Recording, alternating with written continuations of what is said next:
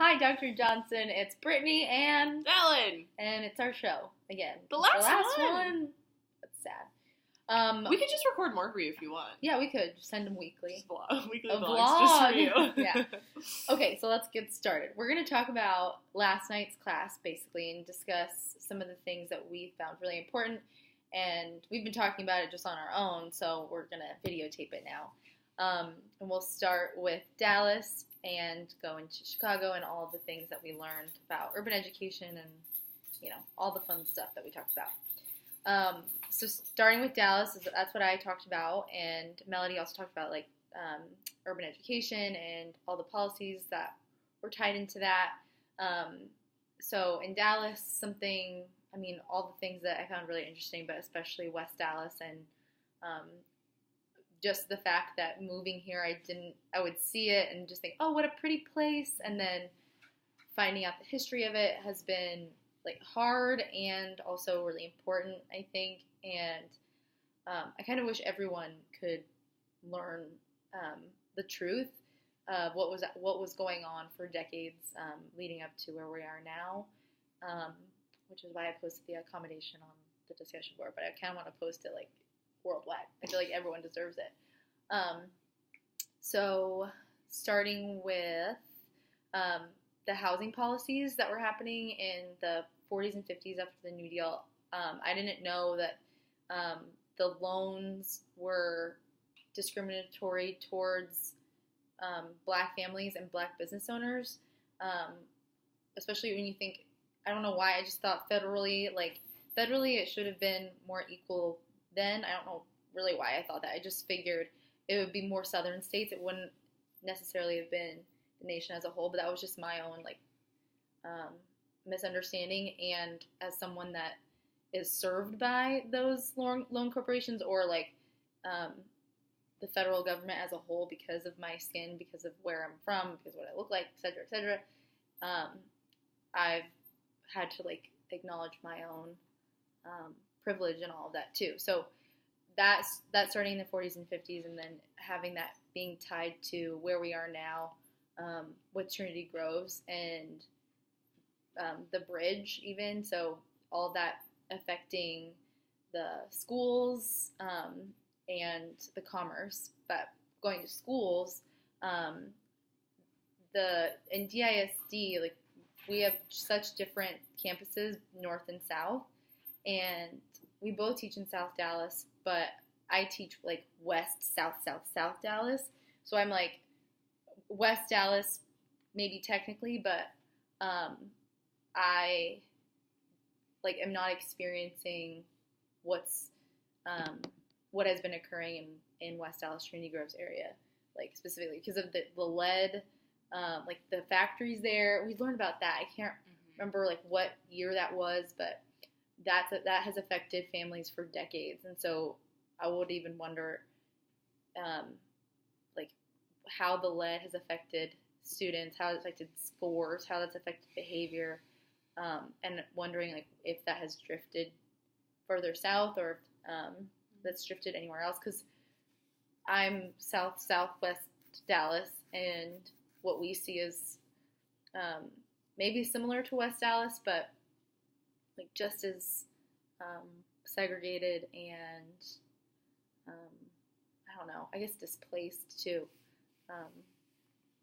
Yeah, so those are mostly Dallas things. Yeah, it was crazy to me, like, in learning about Dallas and in learning about Chicago too. Like, I feel like we see, like, especially with Trinity Grove, like, we're seeing the end of it.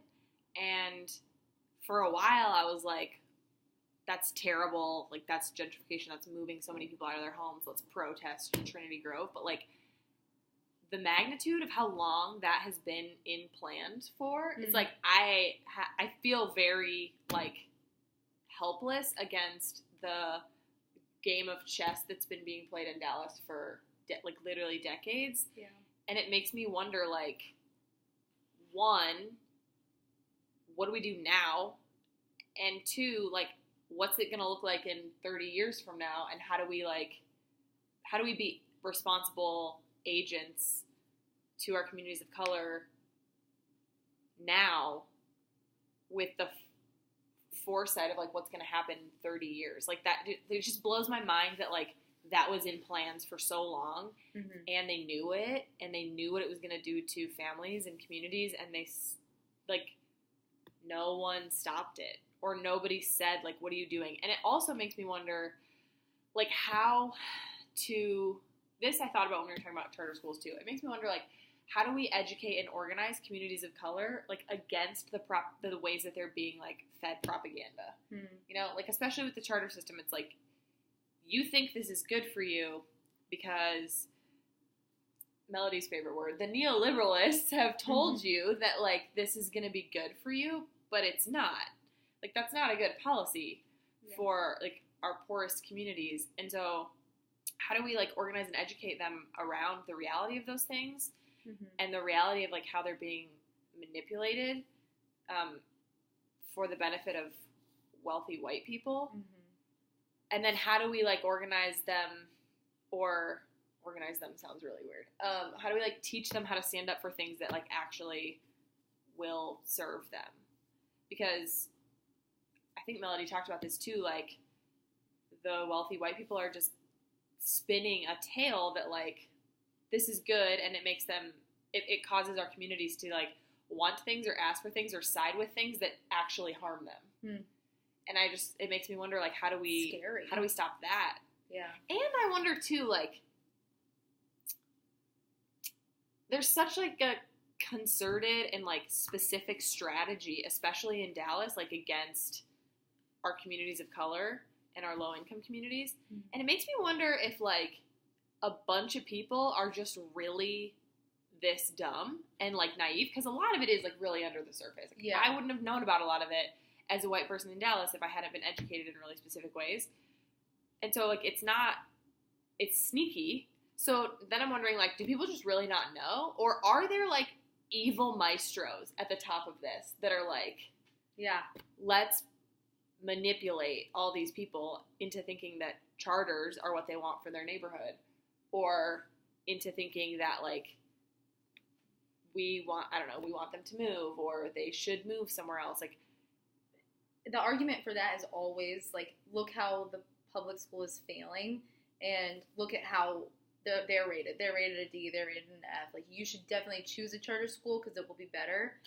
But the reason why the public school is failing is because of the charter. Like we lose funding. Like housing policy also makes us lose funding. But then the charter schools were losing students, so we're losing funding. And my school is experiencing this. Like we just got our budget back, like because of our leveling, and we were left with $400 for the rest of the year. And we were like,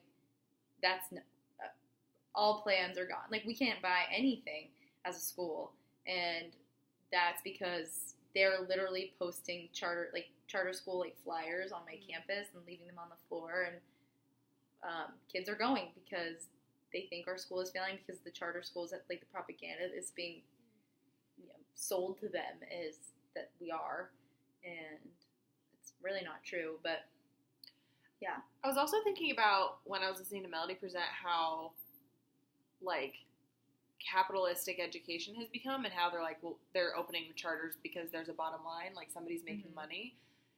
But isn't it, I don't know anything about business, but I feel like it's a business concept that it has to be more expensive to shut down a school and reopen a charter than to just fix the school, right?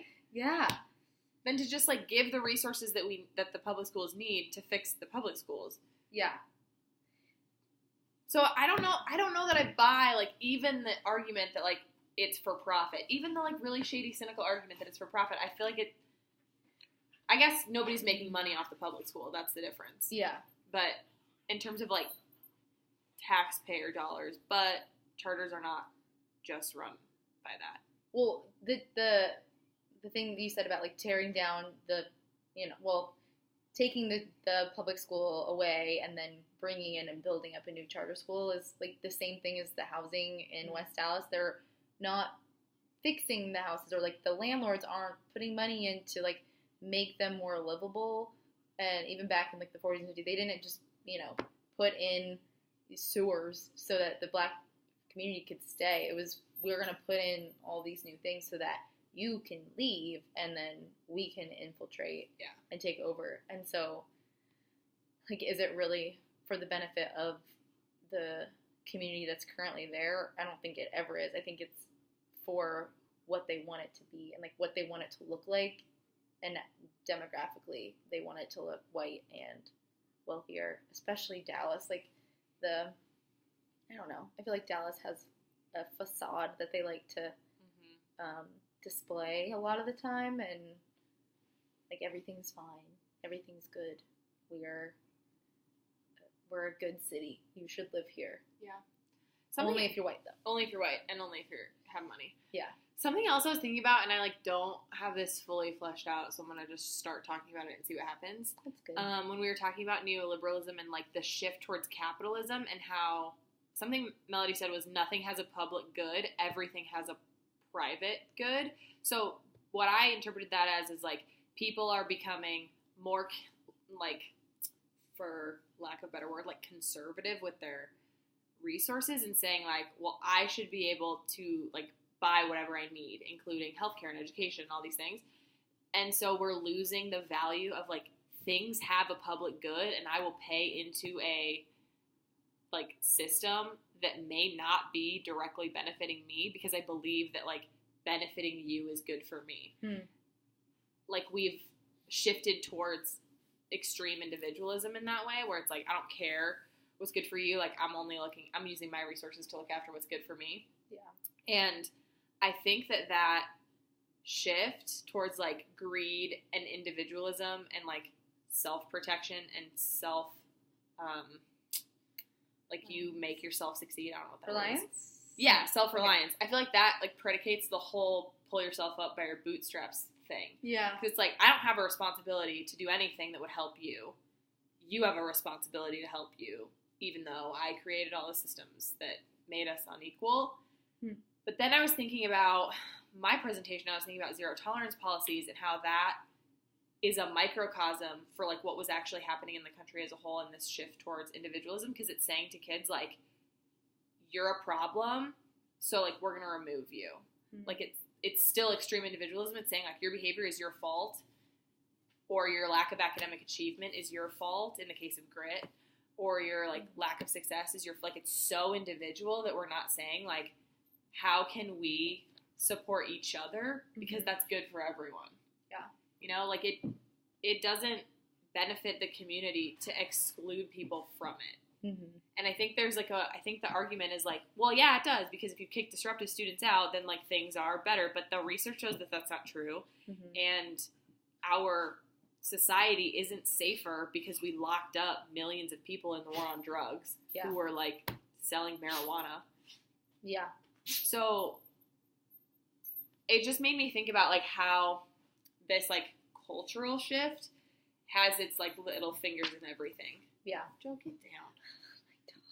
The dog is. Stop it. She's being really. Stop. She wants to meet you, I think. Maybe right at the end. Right at the end. Yeah. I don't know. I was thinking about individualism and capitalism, and I was also thinking about it because everything in other cultures, this is a very American thing.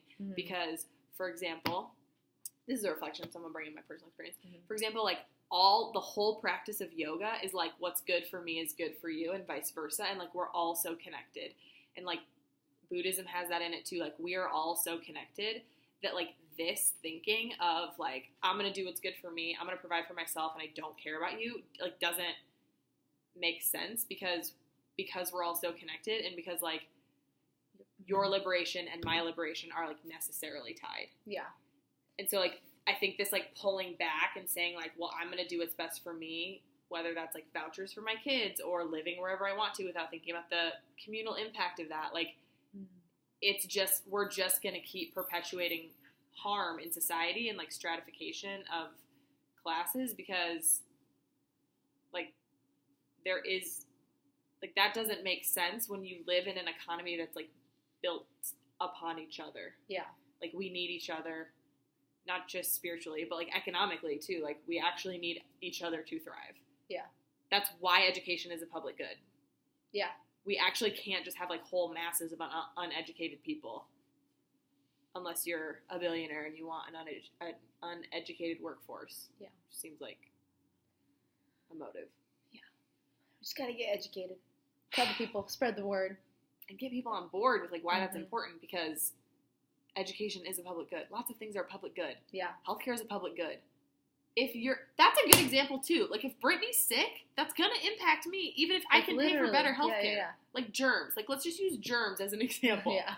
And like illness, because that's why you should vaccinate your kids. Because there's a public Whole good. thing. Yeah. Public good. Anyway, Education is got the key. Melody got me all sorts of fired up. Yeah. As she does. As she does. In a good way. Yeah. Thoughtful. We love you. We miss you already. And thank you for watching our show. We need a cool sign off. I got nothing. Do that. Thanks for watching our show.